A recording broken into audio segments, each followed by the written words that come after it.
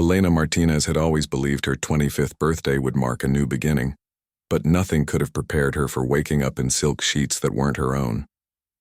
The room around her screamed luxury, floor-to-ceiling windows overlooking the city, artwork that probably cost more than her yearly salary, and furniture that looked like it belonged in a palace rather than someone's bedroom. Her head pounded as fragments of the previous night slowly pieced themselves together. She remembered leaving her apartment for what was supposed to be a quiet birthday dinner with her best friend Sarah. They had gone to that new Italian restaurant downtown, the one with the crimson velvet curtains and dim lighting. Everything after her second glass of wine remained frustratingly blank. The bathroom door opened with a soft click, and Elena's breath caught in her throat. A man emerged, water droplets still clinging to his dark hair, a towel wrapped around his waist. He was tall, broad-shouldered, with the kind of presence that seemed to command attention without effort.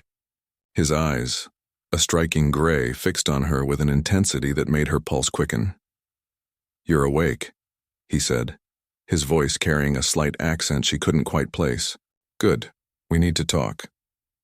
Elena pulled the sheet tighter around herself, suddenly very aware that she was wearing nothing but a silk nightgown she didn't recognize. "Who are you? Where am I?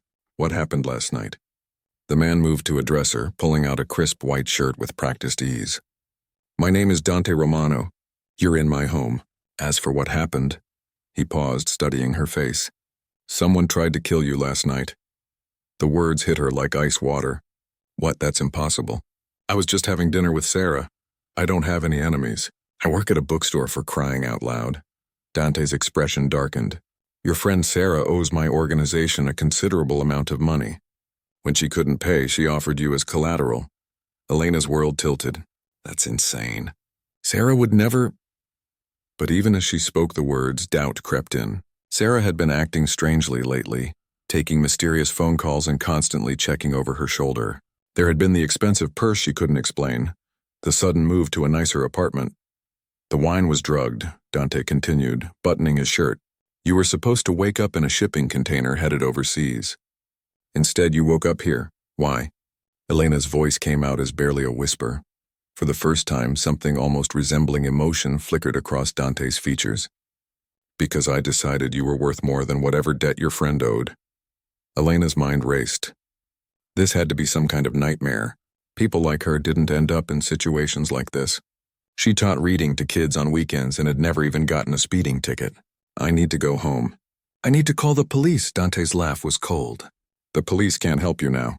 Elena, you need to understand something. In my world, when someone is marked for collection, that mark doesn't simply disappear because the transaction was interrupted. The people who wanted you will come looking. Then let them find me. I'll explain everything. This is all a misunderstanding." "You think this is a misunderstanding?" Dante moved to the window, gesturing for her to join him. Reluctantly, Elena wrapped the sheet around herself and approached. Far below, black SUVs were parked at strategic points around the building. Men in dark suits stood at every entrance. "Those aren't my people." Elena's knees went weak. "What do they want?" "To finish what they started. Your friend made a deal with the Kozlov family. They're not known for their mercy or their willingness to renegotiate terms." Dante turned to face her, his gray eyes intense. "You have two choices. You can leave here and try to run, knowing that they will find you within hours. Or you can stay under my protection." "What kind of protection?" "The kind that keeps you alive." He moved closer, and Elena caught the scent of expensive cologne mixed with something dangerous. "But it comes with conditions." Elena's throat felt dry. "What conditions?" "You don't leave this building without my permission. You don't contact anyone from your old life without my approval. And you follow my rules, no questions asked." "That sounds like prison." "Prison would be safer than what's waiting for you out there," Dante replied matter-of-factly. "The Kozlovs have a reputation for being very creative with their punishments. They don't just kill people, Elena. They make examples of them." As if summoned by his words, the sound of gunfire erupted from somewhere below. Elena jumped, instinctively moving closer to Dante. He wrapped an arm around her, and she was surprised by how safe she felt in that moment. "My security team is handling it," he said calmly, as if gunfights were an everyday occurrence. "But this proves my point. They've found you already." Elena looked up at him, this stranger who claimed to be her protector. Why are you helping me? You don't even know me. Something shifted in Dante's expression. I know enough. I know you volunteer at the children's hospital every Tuesday. I know you give half your lunch money to the homeless man outside your bookstore. I know you've been caring for your sick mother while working 2 jobs to pay her medical bills. You've been watching me? I had you investigated the moment I learned about the contract on you. I needed to understand what kind of person I was dealing with. He paused, his hand still resting protectively on her arm. What I found was someone worth protecting. The gunfire stopped abruptly, replaced by an eerie silence. Elena realized she was holding her breath. How long would I have to stay here? Until it's safe for you to leave. Could be days, could be months. The Kozlovs are persistent, but they're not patient. Eventually, they'll move on to easier targets. Elena thought about her life outside these walls. Her small apartment, her job at the bookstore, her mother in the nursing home. Everything seemed so far away now, like pieces of someone else's existence. If I stay, what happens to my mother? My job? Your mother will be taken care of. I'll make sure she gets the best medical treatment available. As for your job, Dante shrugged. I own several businesses. You'll have work if you want it. The offer was overwhelming. This man, this stranger, was proposing to upend her entire life. But as another round of shouting echoed from the street below, Elena realized she might not have a choice. And if I refuse? Dante's expression grew somber. Then I'll have my men escort you to the lobby, and you can take your chances with whatever's waiting outside. Elena closed her eyes, trying to process everything that had happened in the span of 20 minutes. Yesterday she had been a normal woman celebrating her birthday. Today she was apparently a target in some criminal war she didn't understand. When she opened her eyes, Dante was still watching her, waiting for her decision. If I stay, she said slowly, I want to know everything. No lies, no half-truths. I want to understand what I'm getting into. A small smile played at the corners of Dante's mouth. Deal. But understanding my world means accepting that there's no going back to who you were before. Elena looked out the window at the city below, at the life she was about to leave behind. I don't think I have that option anymore. No, Dante agreed softly. You don't. 3 days had passed since Elena made the decision that changed everything. The penthouse that initially felt like a gilded cage was beginning to reveal its secrets. Dante had kept his word about transparency. Though each revelation made her previous life seem more innocent and distant, she learned that Dante Romano wasn't just any criminal. He was the head of one of the most powerful crime families on the East Coast. His empire stretched from legitimate businesses like restaurants and construction companies to less legal ventures involving gambling, protection, and information brokerage. What surprised Elena most was how methodical and businesslike everything seemed. She had expected chaos and violence, but instead found spreadsheets and strategic planning. The Kozlov situation is more complicated than I initially thought, Dante explained over breakfast on her 4th morning. He slid a photograph across the marble table. This is Viktor Kozlov. He's not just angry about the money your friend owes, he's trying to expand his territory into mine. Elena studied the photo. Viktor looked like a man carved from stone with pale eyes that seemed to look right through the camera. So I'm not just collateral anymore. I'm a symbol, exactly. If he can take something that belongs to me and get away with it, it shows weakness to other families. Dante sipped his coffee, watching her reaction. That's why simply paying Sarah's debt won't solve this problem. The casual way he said something that belongs to me made Elena's stomach flip. I don't belong to anyone. Dante's expression shifted slightly. In this world, perception is reality. The moment I brought you under my protection, you became associated with my family. Viktor sees taking you as a way to humiliate me. Elena pushed her eggs around her plate, appetite gone. What about Sarah? Where is she now? Dead. The word hung in the air like a physical blow. Elena's fork clattered to her plate. What? They found her body yesterday morning. Viktor's way of sending a message that the original contract still stands, regardless of her ability to pay. Dante's voice remained steady, but Elena caught something almost gentle in his tone. I'm sorry. I know she was your friend. Elena felt tears threatening but refused to let them fall. Sarah had betrayed her, sold her to criminals like she was property, but they had shared 10 years of friendship before everything went wrong. How did she even get involved with people like that? Gambling addiction. Started small with online poker. Escalated to high-stakes games in underground clubs. She was in debt to half the criminal organizations in the city. Dante leaned back in his chair. The Kozlovs offered her a way out. All she had to do was deliver someone they could use as leverage against me. But why me? Sarah knew dozens of people. Because you were perfect. Clean background, no criminal connections. Someone whose disappearance would eventually be noticed but not immediately investigated. Dante's gray eyes studied her face, and because she knew I'd been asking questions about you. Elena's heart skipped. What kind of questions? For the first time since she'd known him, Dante looked almost uncomfortable. I'd noticed you months ago. You worked near one of my legitimate businesses, the coffee shop on 5th Street. I'd seen you there, always reading, always kind to the staff even when they messed up your order. You were different from the women in my usual circles. The admission sent an unexpected warmth through Elena's chest. So you knew who I was before all this happened? I knew of you. There's a difference. Dante stood, moving to the window. I may have mentioned to someone that I found you intriguing. Word travels fast in my world. Sarah must have heard and saw an opportunity. Elena joined him at the window. The city sprawled below them, and somewhere out there, dangerous people were planning her death simply because she'd caught the attention of the wrong man. This is insane.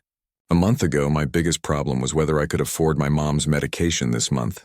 Speaking of which, Dante pulled out his phone, showing her a photo. Your mother has been moved to a private facility. The best neurologists in the country are reviewing her case. The photo showed her mother in a bright, cheerful room, looking more alert than Elena had seen her in years. You didn't have to do that. Yes, I did. It's part of keeping you safe, making sure you have no reason to leave here and put yourself at risk. Elena turned to face him. Is that the only reason? Dante was quiet for a long moment. No. Before Elena could respond, a knock at the door interrupted them. A man entered, tall, dark-haired, with kind eyes that seemed out of place in this world of violence. Boss, we have a situation. Elena, this is Marco, my second in command. Marco, this is Elena. Marco nodded politely. Ma'am, sorry to interrupt, but we've intercepted communications that suggest the Kozlovs are planning something big. They're bringing in outside contractors. What kind of contractors? Dante's demeanor shifted immediately, becoming all business. The kind that specialize in extractions from secure locations. Marco glanced at Elena. They're planning to take the building. Elena felt the blood drain from her face. Can they do that? They can try, Dante replied grimly. How much time do we have? Best guess? 48 hours, maybe less. Dante was already moving, pulling out his phone. Initiate full lockdown protocols. I want every entrance secured and call in our best teams. Also, contact our friends in law enforcement. I want police presence increased in the area. Already done, boss. As Marco left, Elena grabbed Dante's arm. What does this mean for me? Dante covered her hand with his. It means we're about to find out exactly how far Victor is willing to go. And it means you're about to see a side of my world that I'd hoped to keep you away from. Maybe I should just leave. Go to the police, tell them everything. If I'm not here, there's no reason for them to attack. Elena, look at me. Dante's hands came up to frame her face. It's too late for that. Victor has made this personal now. Even if you weren't here, he'd still come. And if you're out there alone, you'd be dead within hours. Elena searched his eyes, looking for any hint of deception. Promise me something. What? Promise me that if this goes badly, you won't sacrifice your people for me. I'm not worth starting a war over. Dante's expression intensified. You're wrong about that. You're worth far more than you realize. The sincerity in his voice made Elena's breath catch. Dante, I need you to understand something. What started as protection has become something else entirely. He stepped closer, his voice dropping. I can't explain it, and I sure as hell didn't plan it. But somewhere between watching you from afar and having you here in my home, you've become the most important thing in my world. Elena felt her heart racing. You barely know me. I know enough. I know you're brave enough to face an impossible situation with grace. I know you're selfless enough to worry about my people instead of just yourself. I know you make me want to be a better man than I've ever been. Before Elena could respond, alarms began blaring throughout the building. Dante immediately stepped away, his expression hardening. It's starting early. Marco's voice crackled through Dante's radio. Boss, we've got movement on all sides. They're not waiting for nightfall. Dante grabbed Elena's hand. We need to get you to the safe room. The safe room? Reinforced walls, independent air supply, communication equipment. You'll be protected no matter what happens out here. Elena pulled back. No. I'm not hiding while people risk their lives because of me. Elena, this isn't a discussion. You're right, it's not. She squared her shoulders. I'm staying with you. Dante's jaw tightened. It's too dangerous. Everything about this situation is dangerous. At least if I'm with you, I'll know what's happening instead of sitting alone wondering if you're alive or dead. For a moment, Dante looked like he wanted to argue further. Then his expression shifted to something that might have been admiration. Stay close to me. Do exactly what I say when I say it. And Elena? Yeah? If I tell you to run, you run. No matter what's happening to me, you save yourself. Elena nodded, even though she wasn't sure she could keep that promise. As they headed toward whatever was waiting for them, she realized that somewhere in the past few days, her feelings about Dante Romano had become far more complicated than simple gratitude for protection. Outside, the sound of approaching vehicles filled the air, and Elena understood that her old life was about to become nothing more than a memory.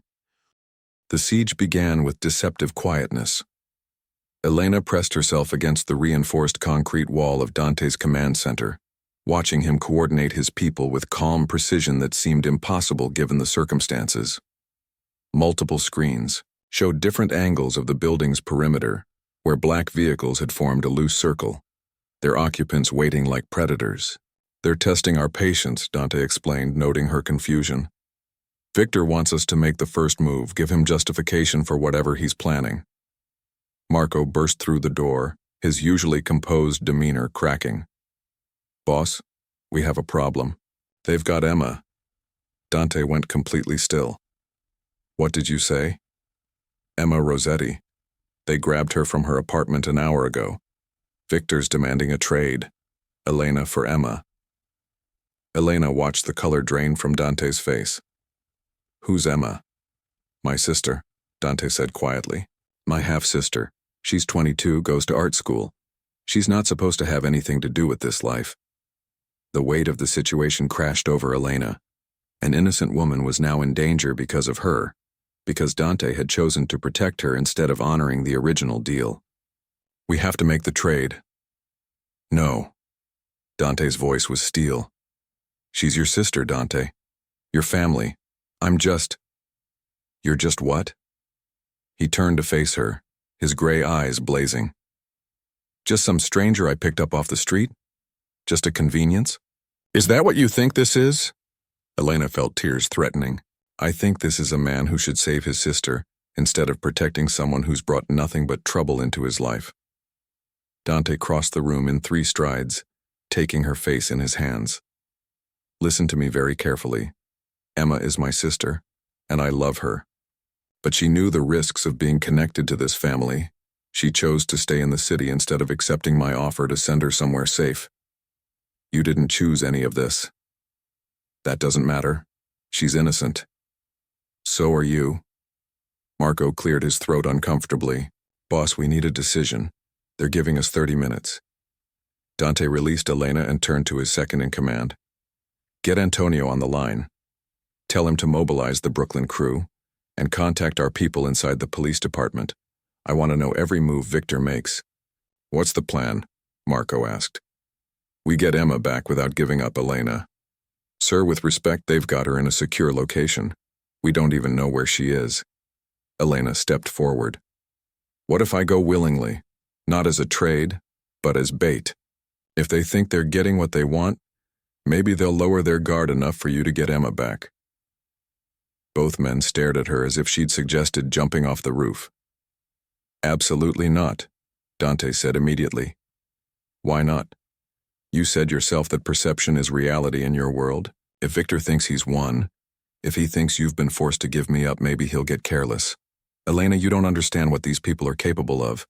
If Victor gets his hands on you, what he'll do. Dante trailed off, his jaw working. Then don't let him keep me, but use me to find Emma. Elena's voice grew stronger as the plan formed in her mind. I wear a wire, or a tracking device. I go to them. They take me to wherever they're keeping Emma, and then your people move in. Marco was nodding slowly. It could work. Victor's arrogant enough to want to gloat. He'd probably bring her to wherever Emma is so he can show off both his prizes. It's too risky, Dante insisted. Everything about this is risky, Elena countered. But this way, at least we're making the choice instead of just reacting to his moves. Before Dante could respond, one of the monitors crackled to life. Victor's face appeared on screen, pale eyes cold with satisfaction. Dante Romano, I trust you've heard about our mutual friend Emma. Dante stepped in front of the camera, his expression betraying nothing. Victor, still playing games with innocence, I see. Innocence? Victor laughed, the sound devoid of warmth. Your sister chose to stay in this city knowing what you are. As for the other girl, well, she stopped being innocent the moment you decided she was worth protecting. What do you want? I think you know. Elena Martinez for Emma Rossetti. You have 15 minutes to decide. The screen went black. Dante immediately turned to Elena. No. I won't let you sacrifice yourself for my mistake. Your mistake? Dante, your only mistake was being decent enough to save a stranger. Everything else is on Victor. Elena grabbed his hands. Look, I'm terrified. I won't pretend I'm not. But I can't live with myself knowing someone else is suffering because of me. And I can't live with myself if something happens to you. The admission hung between them. Marco tactfully found something to study on one of the other monitors. Elena stepped closer to Dante. Why? Why does it matter so much to you what happens to me? Dante was quiet for a long moment. Because in 5 days, you've changed everything. You've reminded me what it's like to want to protect something good instead of just destroying what threatens me. You make me remember the man I used to be before this life hardened every soft part of me. Elena felt her heart breaking and healing simultaneously. Dante, I'm in love with you. The words came out quiet but absolute. I know it's insane. I know it's too fast and too complicated and probably the worst possible timing. But there it is. Elena stared at him, this dangerous, powerful man who had just made himself completely vulnerable. I love you too. The confession surprised them both. Dante's eyes widened slightly. Elena, I love you too, she repeated more confidently, which is exactly why I need to do this. Not just for Emma, but for you. Because this guilt will destroy you if we don't fix it. Marco's radio crackled. Sir, we've got movement. They're positioning for something big. Dante closed his eyes briefly, and when he opened them, Elena saw resignation mixed with determination. If we do this, we do it my way. Full surveillance, immediate backup, and the moment things go sideways, we extract you whether we have Emma or not. Agreed. And Elena, when this is over, we're going to have a serious conversation about you putting yourself in danger. Despite everything, Elena smiled. I look forward to it. Marco approached with a small device. Micro GPS tracker. Once activated, we'll know exactly where you are within 3 feet. The battery lasts 72 hours. As Elena allowed them to conceal the device in the lining of her jacket, she tried not to think about all the ways this could go wrong.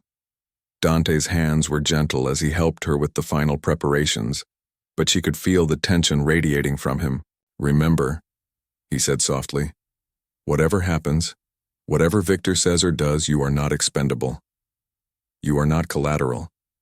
You are the most important thing in my world, and I will burn down half the city to get you back if I have to. Elena reached up to touch his face. Just get Emma back safely. The rest we'll figure out together.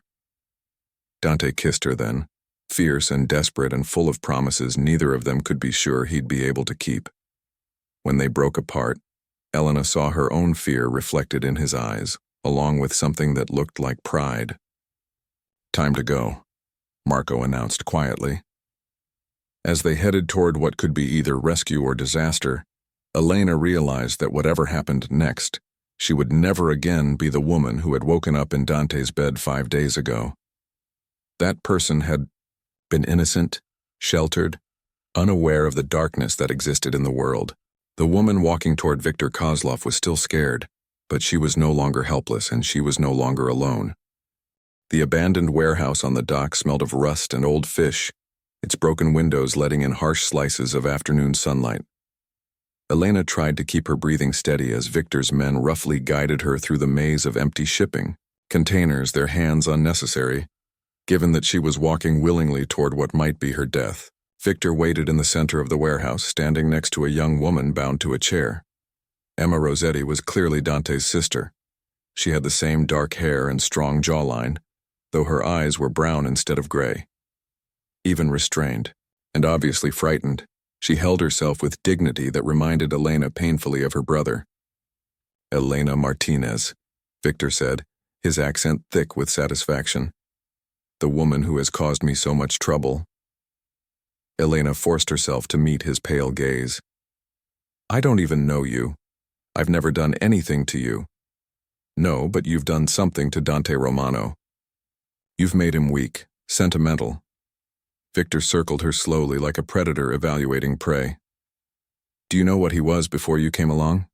He was feared, respected. Now he makes emotional decisions that put his entire organization at risk.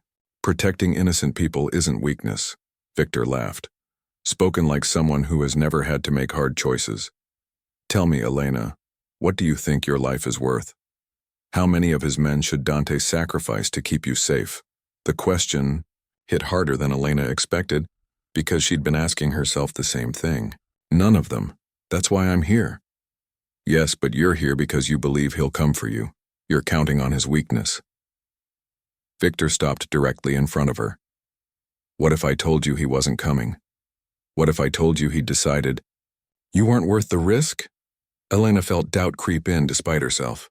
It would be logical for Dante to cut his losses, to prioritize his sister and his organization over a woman he'd known for less than a week. Then I guess I'd understand.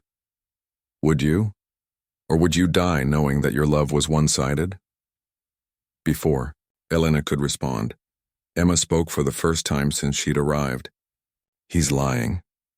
Her voice was hoarse but steady. "I've never seen my brother look at anyone the way he looks at you." Viktor backhanded Emma casually, making Elena lunge forward instinctively. "Don't touch her." Two of Viktor's men grabbed Elena's arms, holding her back. "Touching," Viktor said mockingly. "You barely know each other, yet you're both willing to suffer for the other. It's almost romantic if it weren't so stupid." Elena struggled against the hands holding her. "You have me now. Let Emma go." "Oh, my dear, I'm not letting either of you go. Having Dante's sister was useful for getting you here, but now that I have you both." Viktor smiled and Elena felt ice in her veins. "Well, let's just say this sends a very strong message about what happens to people who interfere with my business." The warehouse door exploded inward with a crash that made everyone spin around. Smoke grenades flew through the opening, filling the space with thick gray clouds. Elena heard gunfire, shouting, the sound of running feet. Through the chaos, she caught glimpses of dark figures moving with military precision. "Get the girls," Viktor shouted somewhere in the smoke. "Don't let them—" His words cut off abruptly. Elena felt the hands holding her loosen as her captors moved to defend their boss. She dropped to the floor, crawling through the smoke toward where she'd last seen Emma. "Elena!" Emma's voice called out. "Over here!" Elena followed the sound, her eyes streaming from the smoke. She found Emma still tied to the chair, working frantically at her bonds. "Can you get loose?" "Almost. There's a knife in my boot." "Can you reach it?" Elena stretched down, her fingers closing around the handle of a small blade. As she sawed at Emma's restraints, the gunfire intensified around them. "Is this normal for your family?" Elena asked, trying to keep them both calm. "Not exactly normal, but not entirely unexpected either," Emma replied with surprising composure. "Dante's always been very protective. I probably should have listened when he wanted to send me to Switzerland." The ropes gave way just as a figure emerged from the smoke. Elena raised the knife defensively, then nearly collapsed with relief when she recognized Marco. Thank God. Is Dante? He's fine. He's dealing with Victor. Marco helped them both to their feet. We need to get you out of here. Now. They moved through the warehouse, Marco leading them around overturned crates and past the still forms of several of Victor's men. Helena tried not to look too closely at the bodies, focusing instead on the exit that seemed impossibly far away. Marco. Dante's voice cut through the diminishing smoke. Helena turned to see him approaching, his expensive shirt torn and bloodied but his expression fierce with relief. Emma, Elena, are you hurt? We're okay, Emma said, throwing her arms around her brother. But Victor got away. Dante's expression darkened. He won't get far. Elena stood apart from the reunion, suddenly feeling like an outsider. These were family, bound by blood and years of shared history. She was just the reason they'd all been in danger in the first place. Elena. Dante moved to her, his hands gentle as they framed her face, checking for injuries. Are you okay? Did he hurt you? I'm fine. A little scared, but fine. Elena looked into his gray eyes, seeing her own relief reflected there. It's over? Victor's finished. He overplayed his hand, made too many enemies. Even if my people don't find him, someone else will. Dante's thumb brushed across her cheek. But Elena, there's something else we need to discuss. What?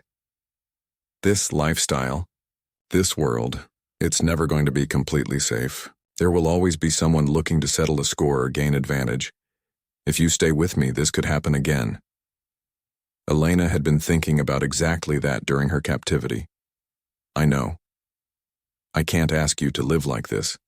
I can't ask you to give up the chance at a normal life. Elena studied his face, seeing the conflict there. Are you asking me to leave? I'm asking you to think about what kind of life you want.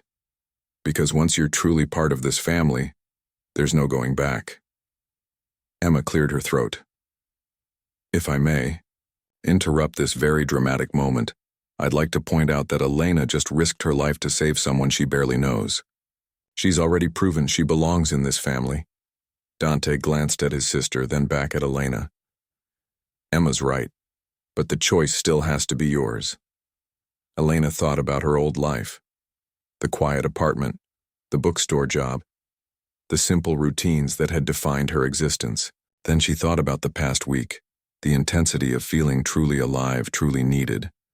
The fear had been real, but so had the sense of purpose. I want to stay, she said quietly. Not just because I love you, but because this feels like where I'm supposed to be. I can't explain it any better than that. Dante's smile was brilliant. Are you sure? I'm sure, but I have conditions. Name them. I want to be useful, not just protected. I want to contribute to whatever it is you do here. And I want to visit my mother regularly, non-negotiably. Done. Dante pulled her into his arms, holding her tightly. All of it. Emma grinned at them both. Well, this is going to be interesting. Welcome to the family, Elena. As they walked out of the warehouse together, Elena realized that her 25th birthday had indeed marked a new beginning, just not the one she'd ever imagined.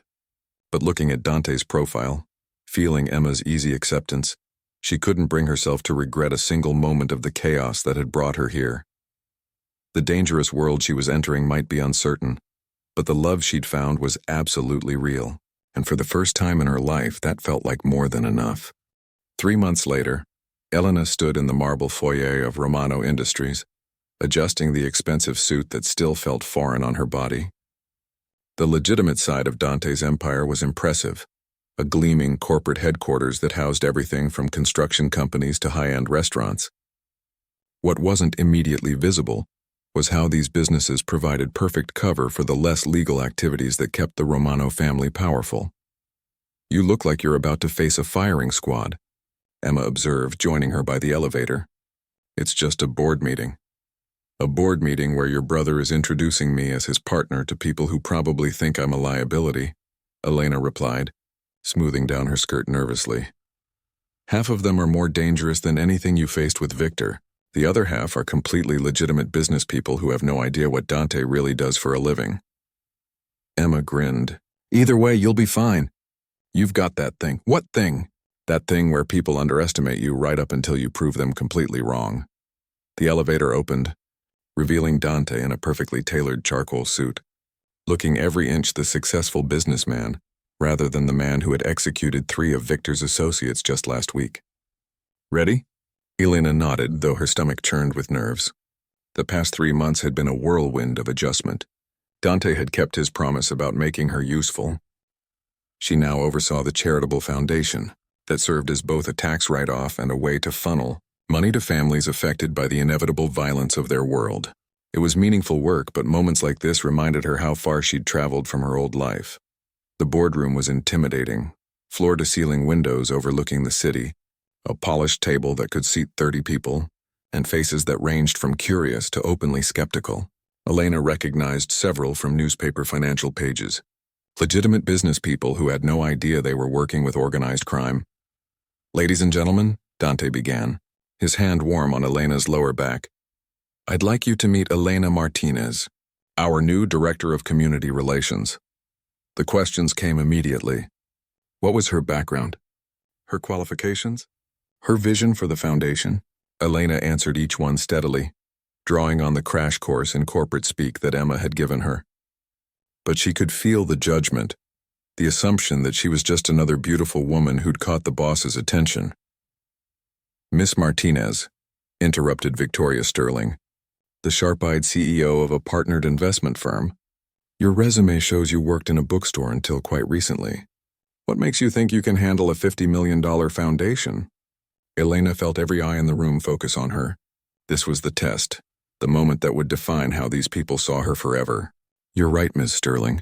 3 months ago, I was shelving books and making $12 an hour. But I've also spent the last 2 years watching my mother's medical bills bankrupt our family, while supposedly charitable hospitals prioritized profit over patient care. She stood up, moving to the presentation screen. I may not have an MBA, but I know what it's like to be forgotten by systems that claim to help people. I know the difference between charity that makes donors feel good and charity that actually changes lives. Elena clicked to her first slide, showing photographs from the foundation's recent projects. In 3 months, we've opened 2 free medical clinics in underserved neighborhoods. We've provided scholarship money that sent 30 kids to college. We've rebuilt a community center that was destroyed in a fire the city chose not to investigate. She clicked again, showing financial breakdowns. And we've done it all while actually reducing administrative costs by 40%. Because I understand the value of every dollar in a way that someone who's never wondered if they can afford groceries never will. The room was quiet. Victoria Sterling leaned back in her chair, her expression thoughtful rather than dismissive. Those are impressive results. They're just the beginning, Elena replied confidently. Mr. Romano has given me the resources to make a real difference. I intend to use every penny wisely. The meeting continued for another hour, but Elena could feel the shift in the room's energy. When people addressed her now, it was with genuine interest rather than polite tolerance. By the time they adjourned, she had 3 new project proposals and an invitation to speak at a charity gala. As the room emptied, Dante moved to her side. That was impressive. I was terrified. You didn't show it. You commanded that room like you were born to it. Dante's voice carried a note of pride that made Elena's heart flutter. Victoria Sterling asked me afterward if you were available to consult on one of her pet projects. Really? Really? Elena, you're not just surviving in this world, you're thriving. You're making it better. Before Elena could respond, Marco appeared in the doorway, his expression urgent. Boss, we need to talk. The corporate facade dropped away instantly. What is it? The feds picked up Jimmy Torino this morning. He's talking. Elena felt cold dread settle in her stomach. Jimmy was one of Dante's lower-level associates, someone who knew enough to cause serious damage if he decided to cooperate with law enforcement. How much does he know? Dante asked calmly.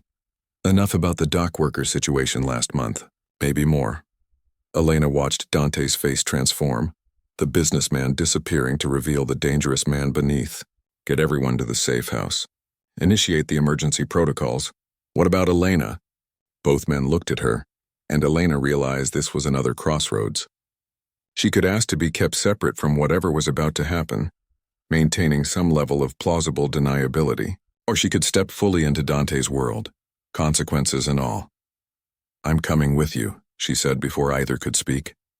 "Elena, you don't understand what this means. If the investigation reaches you, then we'll deal with it together." Elena moved closer to Dante. "I told you I wanted to be part of this, not just the pretty parts. This is part of it." Dante studied her face for a long moment. "Once you're in the room for this conversation, you can never claim ignorance again." "Are you sure?" Elena thought about her mother, safe and healthy in her new facility. About the kids who would go to college because of the foundation. About Emma, who had become the sister she'd never had. About Dante, who had shown her what it meant to be truly alive, I'm sure. An hour later, Elena sat in a nondescript warehouse across town, listening to Dante and his inner circle discuss contingency plans with the same calm efficiency they brought to legitimate business deals. The conversation was terrifying. Discussions of evidence disposal, witness protection for their own people, the possibility of having to eliminate Jimmy before he could testify. But what struck Elena most was the loyalty in the room. These weren't monsters acting out of greed or malice. They were a family protecting each other, operating by codes of honor that existed outside the law but weren't without their own morality. "The way I see it," Marco was saying, "we have three options. We can try to discredit Jimmy. We can try to silence him. Or we can weather the storm and hope he doesn't know as much as we think. There's a fourth option," Elena said quietly.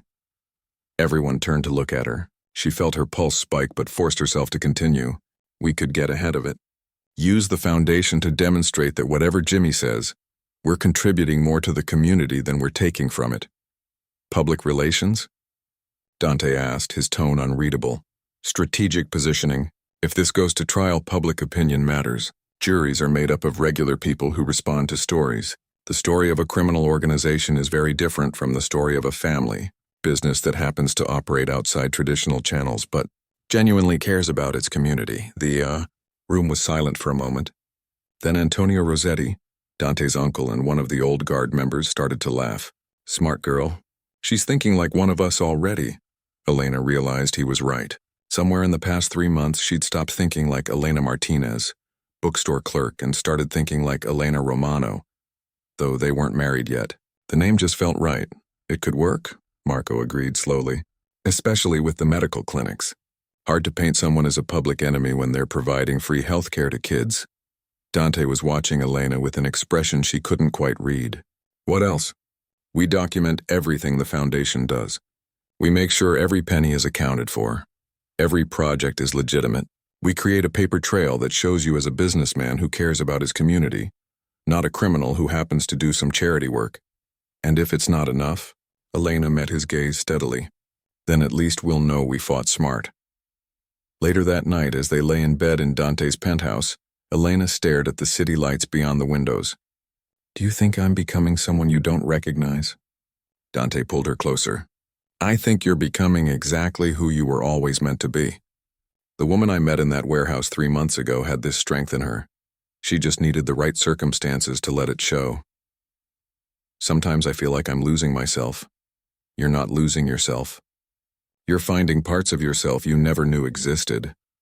Dante's fingers traced patterns on her bare shoulder. "Elena, what happened in that meeting today? That wasn't an act. That was you discovering you have a gift for this." Elena was quiet for a moment. "It doesn't scare you? That I'm getting good at this world? It makes me love you more."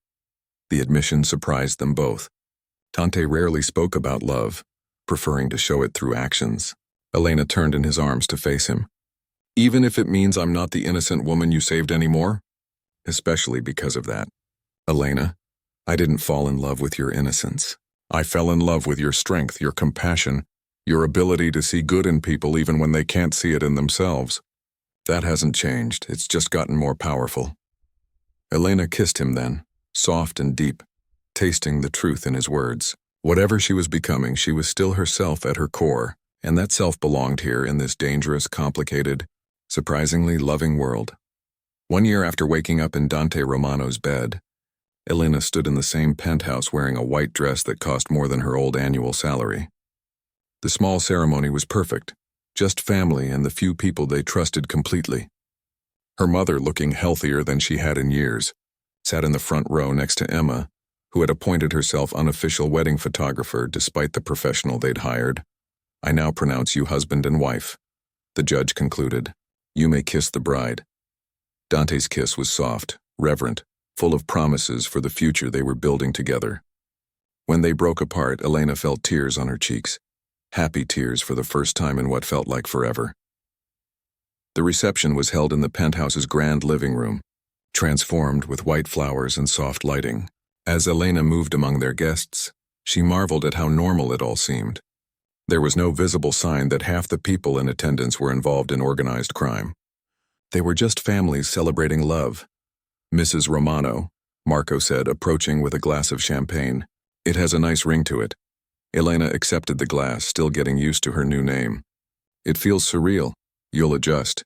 You've gotten good at that." Marco's expression grew serious. "Elena, I want you to know that having you in this family has changed things for the better. Dante's different now.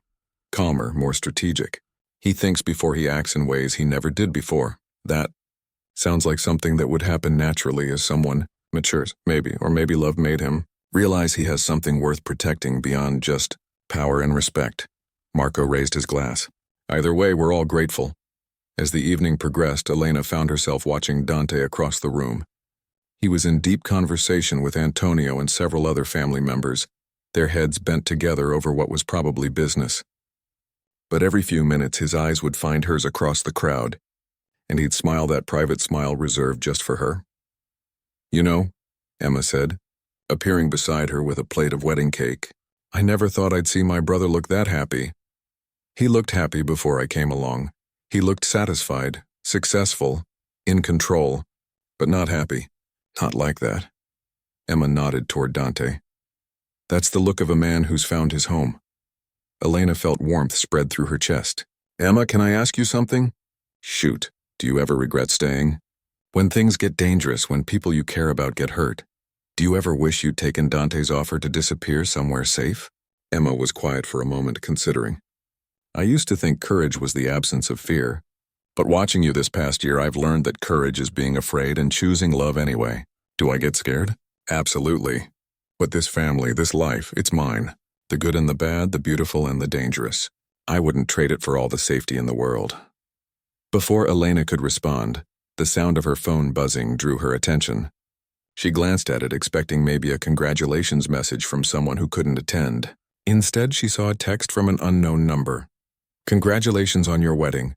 Enjoy your happiness while it lasts." Vielena's blood turned cold. Viktor Kozlov was supposed to be dead. Dante's people had confirmed it months ago. She looked around the room, suddenly hyper-aware of every shadow, every person she didn't immediately recognize. "Elena?" Emma noticed her change in demeanor. "What's wrong?" Elena showed her the phone. Emma's face paled as she read the message. "We need to tell Dante. Now." But as they started toward him, the lights went out. Emergency lighting kicked in immediately, bathing the penthouse in an eerie red glow. Elena heard Dante's voice cutting through the sudden chaos. "Lockdown protocols, now." Steel shutters began descending over the windows with mechanical precision. The elevators automatically locked down. In seconds, the elegant wedding reception had transformed into a fortress under siege. "Elena," Dante's voice called across the room. "Where are you?" "Here," Elena called back, but the room was already filling with smoke. Not the white smoke of smoke grenades this time. This was black, acrid, the kind that came from actual fire. Strong hands grabbed Elena's arm, pulling her toward what she hoped was safety. In the confusion and smoke, she couldn't tell if it was Dante or one of his men. The person was moving her toward the emergency exit, which she hadn't even known existed until this moment. "Wait," Elena gasped. "My mother, Emma, where are they?" "Safe," a voice replied, but it wasn't Dante's voice. Elena tried to pull away, but the grip on her arm tightened. "Keep moving." As they reached the hidden door, emergency lighting revealed the face of her captor. Not one of Dante's people, but she didn't recognize him either. "Who are you?" "Someone who's been waiting a very long time for this moment," the man replied. "Victor sends his regards." Elena's heart sank. Victor was alive and he'd been planning this for months. The wedding with all of Dante's people and family in one place was the perfect target. The man pushed her through the emergency exit into a stairwell she'd never seen before. As they descended, Elena could hear gunfire from above. Her family, because that's what they were now, was under attack on what should have been the happiest day of her life. "You know this won't work," Elena said, trying to keep her voice steady. "Dante will find me. Dante will be too busy trying to save everyone else to worry about you. At least that's what Victor is counting on." They emerged from the building into an alley where a black van waited, engine running. As the man forced her toward it, Elena's mind raced through her options. She could scream, but who would hear over the chaos above? She could fight. But he was twice her size and obviously trained for this. Then she remembered the tracker Dante had insisted she wear, a tiny device hidden in her wedding ring that would transmit her location to his security team. All she had to do was stay alive long enough for them to find her. "You know," Elena said as they reached the van, "Victor must be pretty desperate to crash a wedding just to get to me." "Desperate? No, determined. There's a difference." The man opened the van door. "After you." Elena climbed in, her mind already working on an escape plan. The interior was customized, reinforced walls, no door handles on the inside, a partition separating her from the driver. Professional kidnapping equipment. As the van pulled away, Elena caught a glimpse of the building through a small window. Smoke was pouring from several floors and she could see emergency vehicles arriving. Her heart clenched with worry for everyone she loved, but she forced herself to focus. Panic would help no one. The drive took about an hour, ending at what looked like an abandoned factory outside the city. Elena was hustled inside, through corridors that smelled of rust and decay, until they reached a room that had been set up like a makeshift office. And there, sitting behind a metal desk as if he owned the world, was Victor Kozlov. "Elena Romano," Victor said, savoring her new name. "How lovely to see you again, Victor. I thought you were dead." A carefully constructed fiction. It's amazing what people will believe when they want to. Victor gestured to a chair across from his desk. "Please sit. We have so much to discuss." Elena remained standing. "Such as?" "Such as how you're going to help me destroy everything Dante Romano has built." Elena laughed, surprising them both. "You think I'm going to betray my husband?" "I think you're going to make a choice between his empire and the lives of everyone you care about." Victor nodded to someone behind Elena. She turned to see monitors flickering to life, showing live feeds of various locations: her mother's care facility, Emma's art studio, the penthouse where her wedding had been. Each location had armed figures moving purposefully through them. "One word from me," Victor said calmly, "and everyone you love dies, starting with your mother." Elena felt the world tilt beneath her feet. "You're bluffing, am I?" "Call Dante. Ask him how many of his people made it out of the building alive tonight. Ask him about the explosion in the parking garage where his uncle was trying to evacuate guests." With shaking hands, Elena dialed Dante's number. He answered on the first ring. "Elena. Thank God, where are you?" I'm okay." "Dante, what happened?" "Is everyone—" "We lost Marco." Dante's voice was raw with grief. "Antonio's in critical condition. Emma's safe, your mother's safe, but Elena..." He paused. "They were waiting for us. They knew exactly how we'd respond." Elena closed her eyes, feeling Victor's satisfied gaze on her. "I'm sorry." "I'm so sorry, this isn't your fault." "Elena, where are you?" "We're tracking your ring, but the signal keeps cutting out." Elena looked at Victor, who was holding up a small device, obviously a signal jammer. "I'm safe for now. But Dante, they want some